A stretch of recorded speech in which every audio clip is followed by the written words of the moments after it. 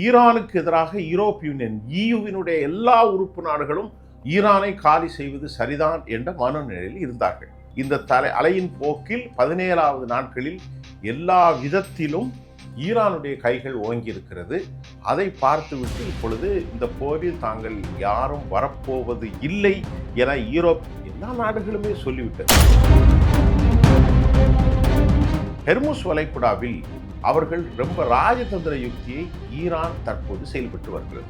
ஆகவேதான் இந்தியா போன்ற நாடுகளை மற்ற நாட்டினுடைய கப்பல்கள் எல்லாம் நீங்கள் அதில் பயணிக்கலாம் எக்ஸப்ட் அமெரிக்காவும் இஸ்ரேலும் என்ற நிபந்தனையை அறிவித்து விட்டார்கள். நம் இந்திய நாட்டில் கூட நேற்று 92,800 டன், அதாவது கிட்டத்தட்ட 1 லட்சம் டன்னை நெருங்கி இருக்கக்கூடிய அளவுக்கு LPG கேஸ் நம்ம நாட்டுக்கு வந்தது. உலகத்தில் பெரிய பொருளாதாரமாக அமெரிக்கா வருவதற்கு காரணம் என்ன? இந்த பெட்ரோல் வர்த்தகம் தான். டாலர்ல தான் எல்லா டிரான்சாக்ஷன் பண்ணப்படுகிறது. அதுதான் அமெரிக்காவுக்கு இவ்வளவு பெரும் செல்வத்தை கொடுத்திருக்கிறது. இனி நாங்கள் அக்ரிமெண்ட்டுக்கு வருவதாக இருந்தால் முதலில் இந்த ஒப்பந்தத்தை சீனாவுடைய யுவான் கரன்சியின் மூலமாக நீங்கள் செய்ய வேண்டும் என்ற ஒரு கடுமையான நிபந்தனையை அவர்கள் விதிக்கிறார்கள். அப்படி என்றால் இவர்கள் நீங்கள் சொன்ன மாதிரி 2 கேள்வி கேட்கிறீர்கள். ஹெர்முஸை கைப்பற்ற முடியுமா? கார்க்கு தீவுகளை குண்டு போட்டு அழிக்க முடியுமா? சர்வதேச பார்வையில் அவ்வளவு எளிதான விவகாரமாக இது தெரியவில்லை. அதை நீங்கள் கை வைத்தால் உனக்கு எவன்லாம் இருக்கணும், ஒரு நாட்டிலும் துறைமுகம் இருக்காது.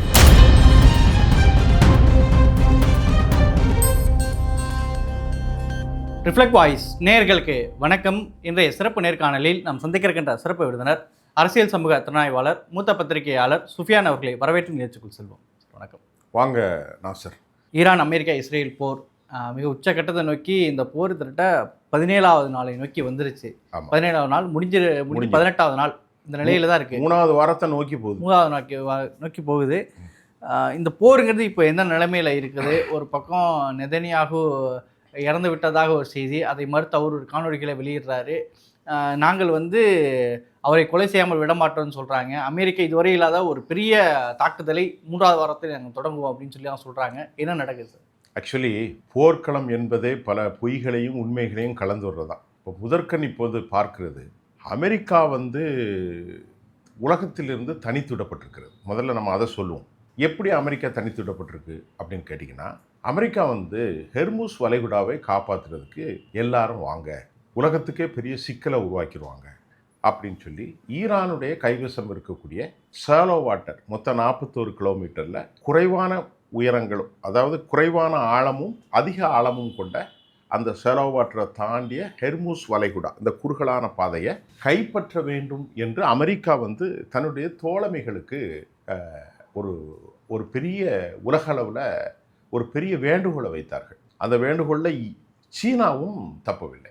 இந்த நிலையில் அமெரிக்கா வேண்டுகோளோடு நிற்காமல் ஈரானுடைய மிகப்பெரிய பலமாக இருக்கக்கூடிய 5000 ஏக்கர் கொண்டு இருக்கக்கூடிய கர்க் தீவிலும் குண்டுகளை போட்டார்கள்.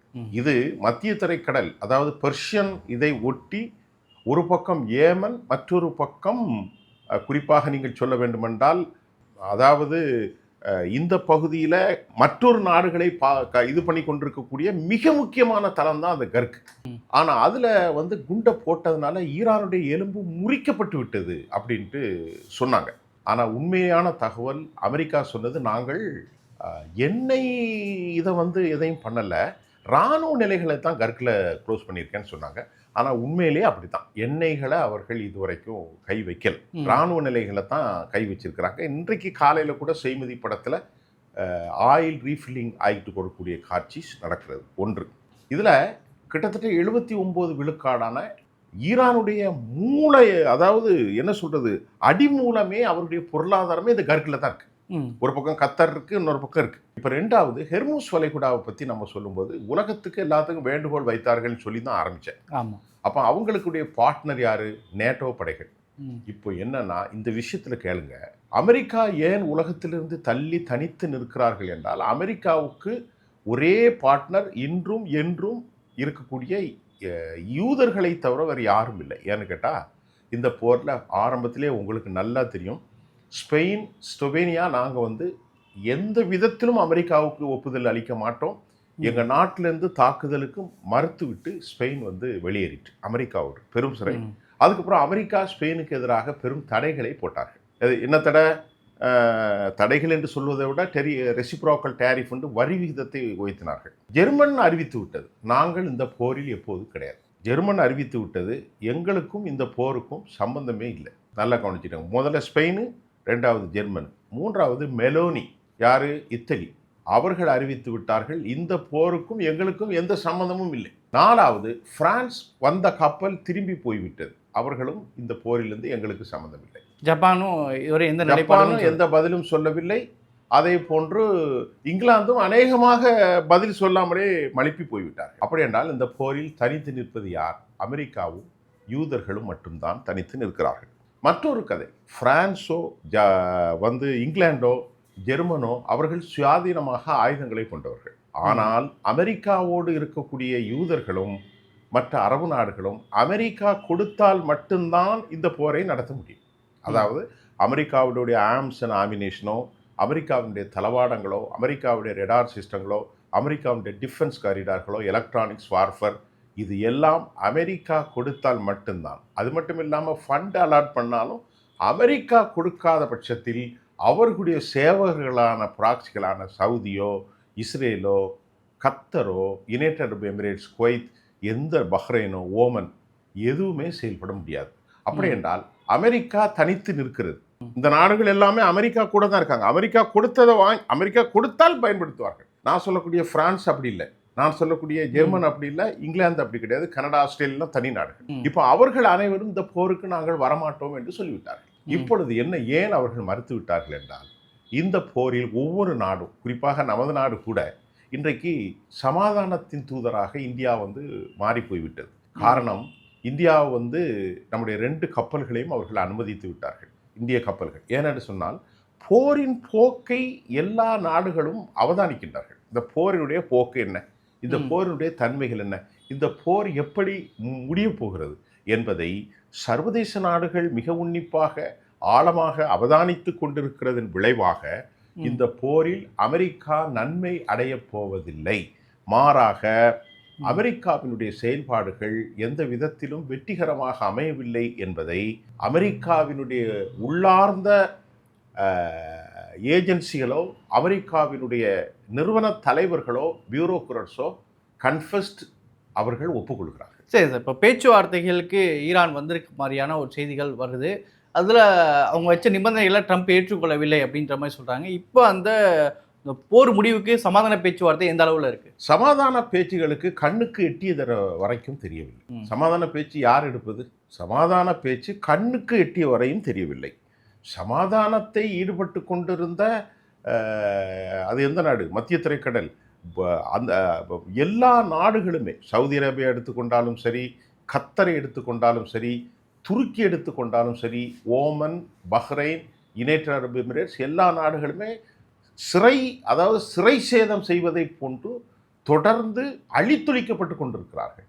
அதில் மக்கள் அழித்தொழிக்கப்படவில்லை, மாறாக அமெரிக்காவினுடைய தளங்கள் முழுமையாக துவம்சம் செய்யப்படுகிறது.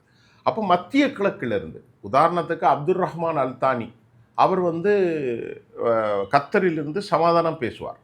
பலஸ்தீன விவகாரத்திலும் அவர்தான் சமாதானம் பேசினார். ஆக சமாதானம் பேசக்கூடிய கத்தருடைய அப்துல் ரஹ்மான் அல்தானி தான் முதல் குறி. காரணம், அந்த நாட்டில் இருக்கக்கூடிய அல் உதைத், அமெரிக்காவினுடைய நாட்டிலிருந்து உலகத்திலே மிகப்பெரிய தளம் அல் உதீத். இந்த அல் உதீத் தளமே யாருமே இல்லை, அடிக்கப்பட்டு நொறுக்கப்பட்டிருக்கிறது.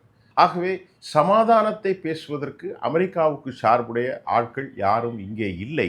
அவர்களும் கூட என்ன செய்வது என விழி பிதுங்கிய நிலையில் இருக்கிற போது இந்த பக்கத்தில் சமாதானத்துக்கு யாரும் இல்லை. Point number 1. Point number 2, Europe union இஸ்ரேலுடைய கடும் போக்குவாதத்தை எப்போதும் ஆதரிக்காது. இம்மானுவேல் மேக்ரான் பிரான்சினுடைய தலைவர், மெலோனி இத்தாலியுடைய தலைவர், அதே போன்று மெர்சலா, இப்படி பல தலைவர்கள் இருந்த போதிலும் கியாமர் இங்கிலாந்து, எல்லோருமே மனித இன படுகொலை செய்யக்கூடிய ஜெனோசைடல் ஆக்டிவிட்டிஸ் செய்கிறதுனால இஸ்ரேல் பலஸ்தீன போரில் கடுமையான எதிர்ப்பை தெரிவித்தார்கள். நல்லா கவனிங்க. அப்படி இருக்கும்போது இந்த போரை இஸ்ரேல் தான் தேரை இழுத்து நடுரோட்டில் விட்ட கடையாக அமெரிக்காவை கொண்டு விட்டுவிட்டது. இதனால் பெரும் ஆபத்து ஆகிவிட்டது என யூரோப்பிய யூனியன் தற்போது யோசிக்கிறது. ஆனால் அதற்கு முன்பு யூரோப்பிய யூனியன் என்ன நினைத்தது என்றால், உண்மையிலேயே வடகொரியாவும் ரஷ்யாவும் சீனாவும் எல்லாரும் ஒன்றா சேர்ந்து இங்கு இருக்கிறதுனால இவனை காலி பண்ணால் நமக்கு ஆபத்து இருக்காதுங்கிற ஒரு மனநிலைக்கு இந்த போர் ஆரம்பிக்கும் போது ஈரானுக்கு எதிராக யூரோப்பிய யூனியன் EUவினுடைய எல்லா உறுப்பு நாடுகளும் ஆம் ஈரானை காலி செய்வது சரிதான் என்ற மனநிலையில் இருந்தார்கள். இன்றைக்கு 54லிருந்து 57வது என்ன சொல்றது அலை தாக்குதல் நீங்கள் சொன்னீர்கள் சற்று முன்னர். இந்த அலையின் போக்கில் 17வது நாட்களில் எல்லா விதத்திலும் ஈரானுடைய கைகள் ஓங்கி இருக்கிறது. அதை பார்த்துவிட்டு இப்பொழுது இந்த போரில் தாங்கள் யாரும் வரப்போவது இல்லை என யூரோப்பிய யூனியன், இந்த பிரான்ஸோ ஜெர்மனியோ இத்தாலியோ யுனைடெட் கிங்டமோ அப்புறமா மெயினாக சுவிட்சர்லாந்தோ அதே போன்று ஸ்பானிஷ் ஸ்பெயின் எல்லா நாடுகளுமே சொல்லிவிட்டது. அப்பொழுது சமாதானத்துக்கு போவதற்கு யார் இருக்கிறா? நம் நாட்டில் மோடி போக போகிறதில்லை. அதே மாதிரி சமாதானத்தை பேசுகிற அளவுக்கு ஒரு மனிதத்தன்மை உள்ள ஒரு அமெரிக்க அதிபர் மனிதத்தன்மை கிடையாது. அவர் என்ன பேசுவார் சொல்ல முடியாது. ஒரு நாளை 24 மணி நேரத்தில் பிரித்து விட்டால் 1ஆம் மணி நேரம் ஒன்றாம் பேசுவார், 2ஆம் மணி நேரம் ஒன்று பேசுவார், மத்திய நேரம் ஒன்று பேசுவார், மாலை ஒன்று பேசுகிறார்.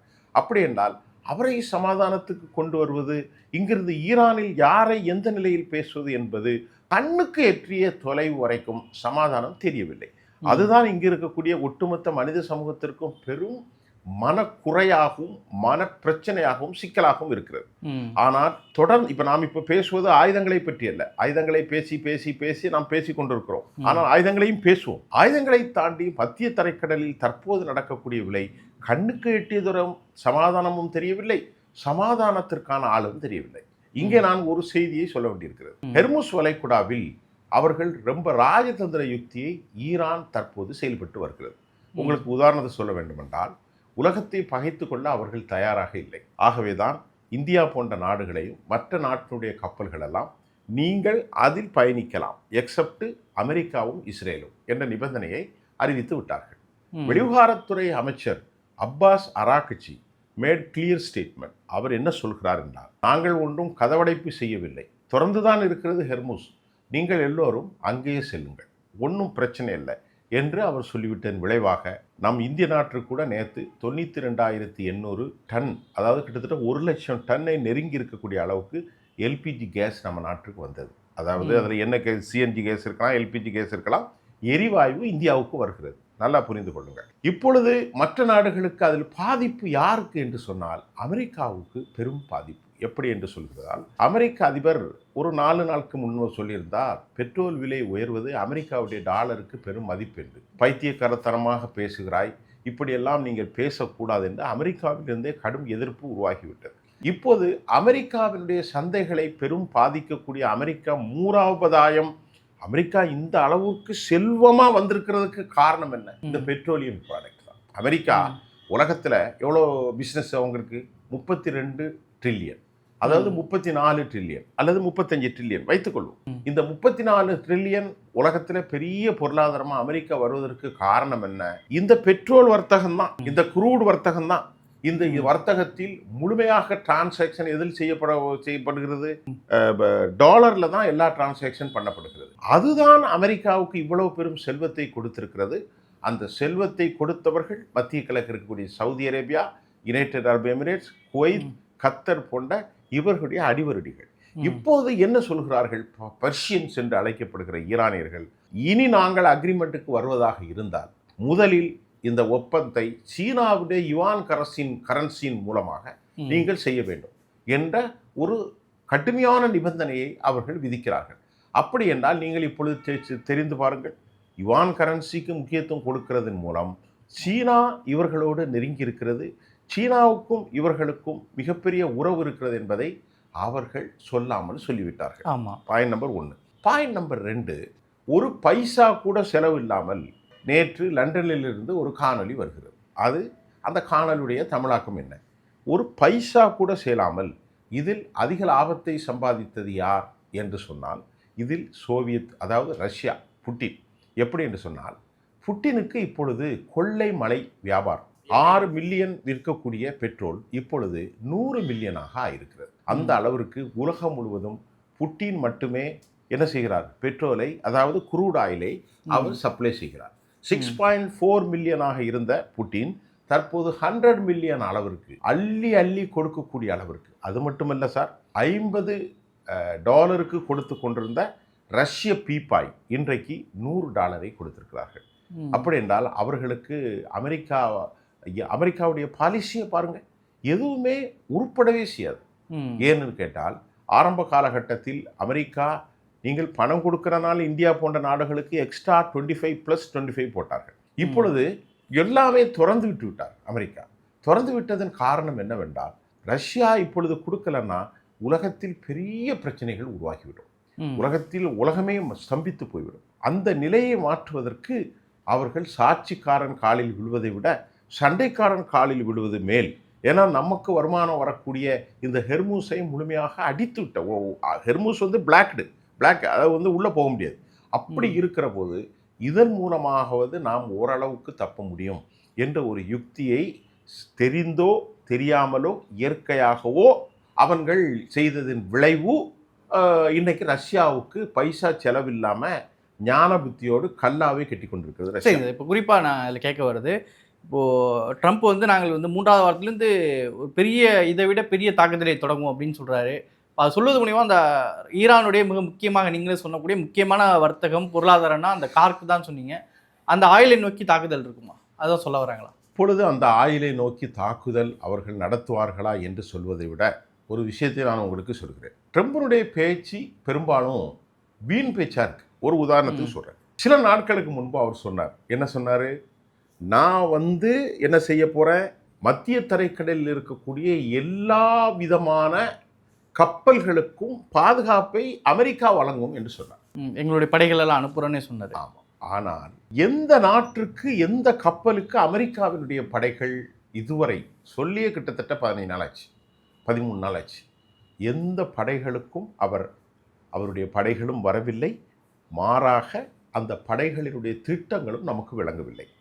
ஆனால் அவர் போற போக்கில் பேசுகிறாரே தவிர ஒரு ஞான புத்தி உள்ள தெளிவான மனிதனாக புட்டின் பேசுற மாதிரி நமக்கு புரியவில்லை. புரியவில்லை. ஒரு விதமான பைத்தியக்காரத்தனமான ஒரு பேச்சில் தான் அவர் பேசி கொண்டிருக்கிறார். இந்த பேச்சை நான் சொல்லவில்லை, இன்டர்நேஷனல் எக்ஸ்பர்ட்ஸ் சொல்கிறாங்க. அதைத்தான் நான் தமிழில் சொல்கிறேன். இப்போ நான் இங்கேருந்து காப்பி கடையிலேருந்து செய்தியை உங்களுக்கு சொல்லலை. நான் எதையெல்லாம் உள்வாங்கியிருக்கிறேனோ அந்த செய்தியைத்தான் நம்ம ரிஃப்ளெக்ட் நேயர்களுக்கு கொடுக்குறேன். நான் தனி, இது என்னுடைய கருத்து இல்லை. நிறைய பேர் என்னுடைய கருத்து உங்களுடைய கருத்து இல்லை, உலகத்தில் வரக்கூடிய கருத்துக்களை நாம் சொல்கிறோம். இரண்டாவதாக பார்த்தீங்கன்னா, இப்பொழுது இந்த ஹெர்மூஸ் வளைகுடாவில் ஒரு பெரும் போரை நடத்த வேண்டும் என்றால் அதற்கு சாதாரணமாக முடியாது. உதாரணத்திற்கு 75,000 படை வீரர்களை கொண்டு இறக்கணும். எவ்வளோ படை வீரர்களை? 75,000 படை வீரர்களை கொண்டு இறக்கணும். எங்கே? ஹெர்மூஸில். அந்த 75,000 படை வீரர்களை கடல் பிராந்தியத்தில் கொண்டு இறக்கினால் அமெரிக்காவுக்கு மிகப்பெரிய பொருள் செலவு வரும். இன்றைக்கு 5,000 வீரர்களை கொண்டு வைத்துக்கொண்டு அவர்களுக்கு ஒட்டுமொத்த செலவு நாள் ஒன்றுக்கு 1 பில்லியன் தாண்டி போகிறது. இதுவரையுமே பல லட்சக்கணக்கான இந்திய மதிப்பிற்கான ஒரு 10 பில்லியனுக்கான செலவுகளை அவர்கள் தாண்டி போய்விட்டார்கள். ஒன்று. இரண்டாவது, இவர்கள் இப்படியெல்லாம் செய்வார்கள் என்பதை நன்கு திட்டமிட்டு ஈரான் பல தசாப்தங்களுக்கு முன்பே தனது நிலைகளை அவர்கள் உறுதிப்படுத்தியதன் விளைவாக இந்த ஹெர்மூஸில் 5,000 ஸ்பெஷல் ஸ்குவாடு, அதற்கு பேர் குயிக் ஃபோர்ஸ் என்று சொன்னார்கள். இன்றைக்கு காலை வந்த செய்தி. அவர்கள் 5,000 பேரை இறக்கினாலும் 75,000 பேர் தேவையிடத்தில் இப்பொழுது கிடைச்சிருக்கூடிய எலைட் டெல்டா ஃபோர்ஸ் 5,000 பேரை அனுப்பினாலும் ஈரான் அந்த பிராந்தியத்தில் கடலில் ஏராளமான யுவி, அதாவது அடிமட்டத்தில் இருக்கக்கூடிய இம்மர்சிங் வெடிகுண்டுகளை, கன்னி வெடிகுண்டுகளை கடலிலே 10 லட்சம் 1 மில்லியன் கன்னி வெடிகள் அவர்கள் புதைத்து வச்சிருக்கிறார். எத்தனை கன்னி வெடிகள்? 1 மில்லியன். 10 லட்சம் கன்னி வெடிகள். அப்புறமா வெடிகுண்டு மிதவைகள். அது மட்டுமல்லாம ஜிபிசி என்று சொல்லக்கூடிய 305 கிலோகிராம் வெடிமருந்தை ஏந்தி செல்லக்கூடிய விரைவு படகுகள். எவ்வளோ இருக்கு? 1 2 இல்லை, 100 கணக்கில் 1000 கணக்கில். இப்போ இந்த வீரர்கள் அங்கு இறங்கும்போது அவர்களுக்கு அந்த பிராந்தியம் புதிது. ஆனால் இவர்களுக்கோ நிலத்திலிருந்து ரொம்ப பக்கம். யாருக்கு? ஈரானுக்கு. பல வருஷம் இருக்கிறாங்க, பல 1000 வருஷமா அந்த பகுதியில் தான் அவங்க இருக்காங்க. அப்படி இருக்கிற போது உலகத்தில் என்ன சொல்கிறார்கள்? அமெரிக்க வீரர்கள் இதற்கு பயங்கரமான ஒரு விலையை கொடுக்க வேண்டியிருக்கும். உயிரிழப்பு பயங்கரமாக இருக்கும், பொருள் இழப்பு பயங்கரமாக இருக்கும். ஆனால் அமெரிக்காவினுடைய நடவடிக்கைகளை பைத்தியக்காரத்தனமாக இருக்கும் இன்னொரு விவகாரத்தில் முதலில் 3-4 கப்பல்களை வருகின்ற போது ஈரான் முழுமையாக அழிக்கப்படும் என்பது போன்று ஒரு பொர்ட்ரேட், ஒரு மாயப்பிம்பம் சித்தரிக்கப்பட்டது. அமெரிக்காவுடைய ஆப்ரஹாம் லிங்கன் இங்கே வந்து நின்றது. அதில் இல்லாத சரக்கே இல்லை, அவ்வளோ பெரிய கப்பல். அதிலே F-35 ஸ்டெல்த் விமானங்கள், F-15, F-16, F-22 ரெப்டார், F-18 hornet எல்லாமே இருந்தது. ஆனால் அது இப்பொழுது 1000 கிலோமீட்டர்களுக்கு 1000 மைல்களுக்கு அப்பால் போய் இல்லை. அதான் சார் இப்போ நான் குறிப்பாக கேட்க வருது, இப்போ ஈரானுடைய இதே பகுதியாக இருக்கக்கூடிய அந்த ஆயில் வர்த்தகத்தின் மேல் கை வைப்பது அடுத்த கட்ட அமெரிக்க நகர்வாக இருக்குமா? அதைத்தான் சொல்ல வரேன். இப்போ ஆயில கை வைக்கிற இன்னைக்கு ட்ரிப்போலின்னு ஒரு கப்பல் வருது. எதுங்க? ஹெர்முஸை நோக்கி ட்ரிப்போலிங்கிற கப்பல் வருது. ஏற்கனவே இருந்த இந்த கப்பல்கள் எல்லாமே தள்ளி போய் நிற்குது. இப்பொழுது இன்று காலை வந்த செய்தி, ட்ரிப்போலின்னு ஒரு கப்பலை அனுப்பியிருக்கிறார்கள். USS ஜெரால்டு ஏற்கனவே கப்பல் ஆர்ஃபோர்டு மாதிரி இப்போ ட்ரிப்போலிங்கிற கப்பல் வருது.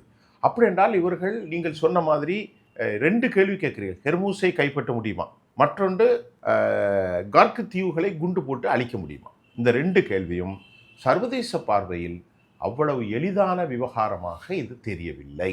ஆனால் அமெரிக்கா சொலவாடல்களை சொல்லிக்கொண்டே இருக்கிறாங்க. நீங்க சொன்ன மாதிரி நாங்கள் பிடித்து விடுவோம், நாங்கள் அழித்து விடுவோம், பிடித்து விடுவோம், அழித்து விடுவோம் என்பது இதுவரைக்கும் நடக்காத விவகாரமாக இருக்கும்போது இப்போது வரை ஹெர்முஸில் எந்த பாதுகாப்பு யாருக்கா கொடுத்துருக்காங்களா? அமெரிக்க கப்பல் வந்து ஒரே ஒரு செய்தி நான் கேட்குறேன். Let me know something I ask you. எனக்கு புரியணும், நான் உங்கள்கிட்ட கேட்குறேன்.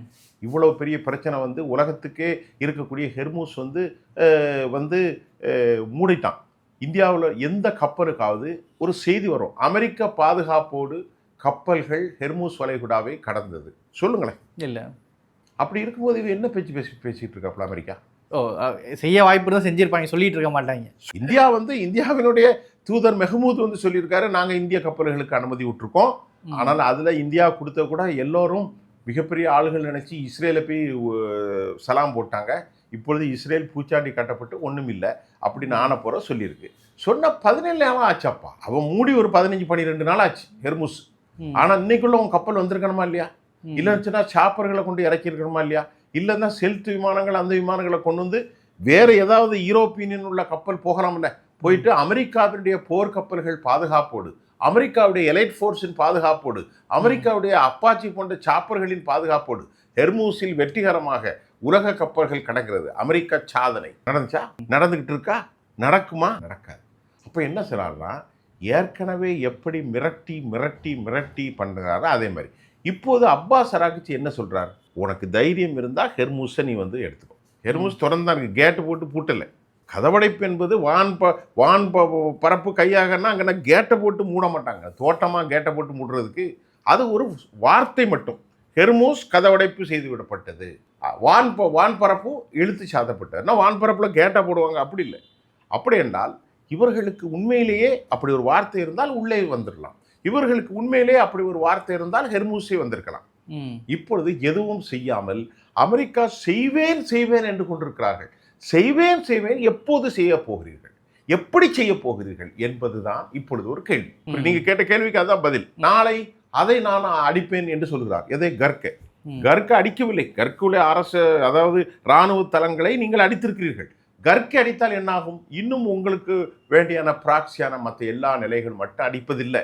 அழகா சொல்லியிருக்காங்க, சுற்றி ஒரு துறைமுகம் இருக்காது என்று ஈரான் கடுமையான எச்சரிக்கை விடுத்திருக்கு. நீங்கள் ஒருவேளை 5000 ஏக்கர் வைத்திருக்கக்கூடிய 79% எங்கள் நாட்டுடைய உற்பத்தி, அதில் அதிகமாக போகிற 80% சீனாவுக்கு தான் போகுது. அதை நீங்கள் கை வைத்தால் உனக்கு எவன்லாம் இருக்கணும், ஒரு நாட்டுன்னு துறைமுகம் இருக்காது. யார் சொல்லிட்டா? ஈரான் சொல்லிட்டு அமெரிக்கா இப்போ கையை கட்டிக்கிட்டு இருக்கு.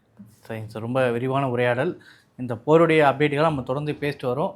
மீண்டும் மற்றொரு பகுதியில் குறித்தான அடுத்த கட்ட நகர்வுகளை பேசுவோம் சார். கருத்துக்க நேரத்தை மிக்க நன்றி. நன்றி சார்.